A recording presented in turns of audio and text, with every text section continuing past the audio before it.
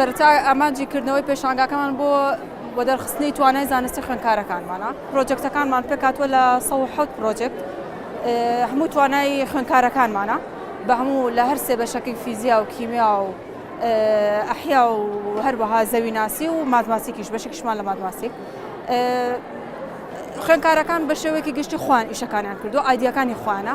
ئێمە وەکو مامۆستا توانیمانە فکرەکان تقریبەن یارمەتیان بێت بۆیان زیاد بکەین.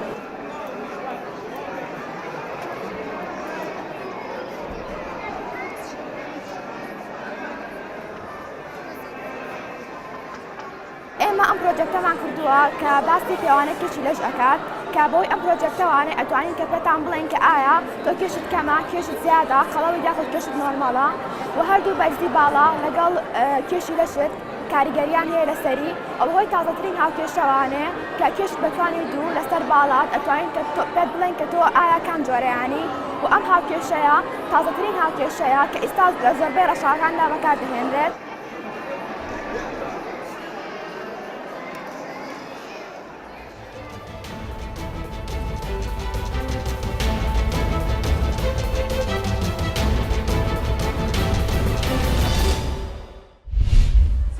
سادەکانی بێکۆبوونمان ببێتە مایەی خۆشی و شادی بۆ هەموولایە.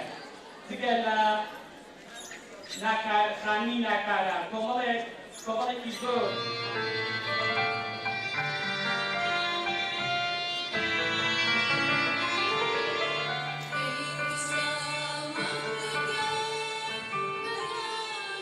ئەمڕۆ لە زانکۆی راپەڕین چالاکی وەرز و ڕۆشنبیری هونەر فێستیڤاڵێکی زانستی کولتووری تایبەت بە توانای خانمان ئەنجامدا.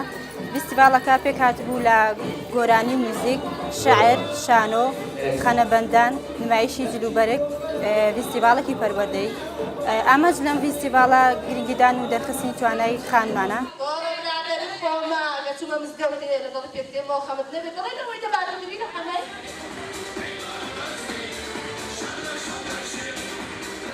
ئێمە خوێندکارانی زانکۆی راپەڕین ئەمڕۆ هەستاین بە ئامادەکردنی فێستیڤاڵێک بۆ ڕۆژی خانمان کە پێک دێ لە خانەبەندان و گۆرانی وتن و سیمینار و نمایشی جلوبەرگی کوردی.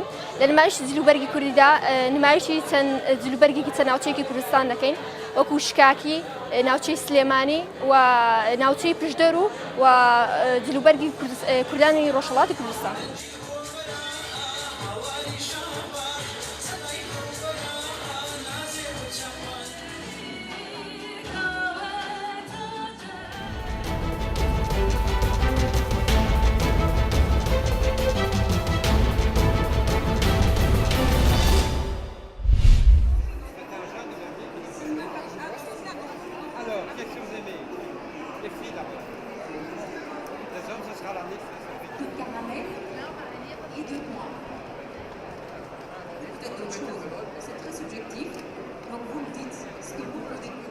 So I'm responsible for the salon worldwide.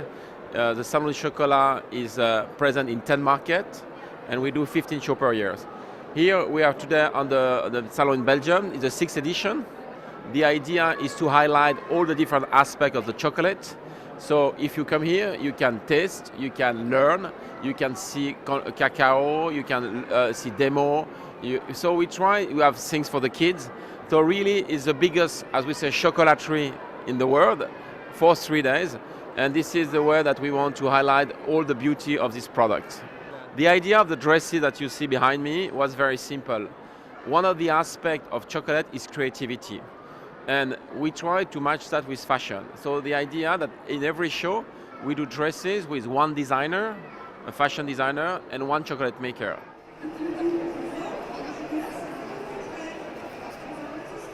ام ویداری وان افکار ببینن همو ایونتی کو دانینه او برند کو هاتن ویداری ناس بکن و ام کیف ما شکلات تی خار شکلاتش بکرن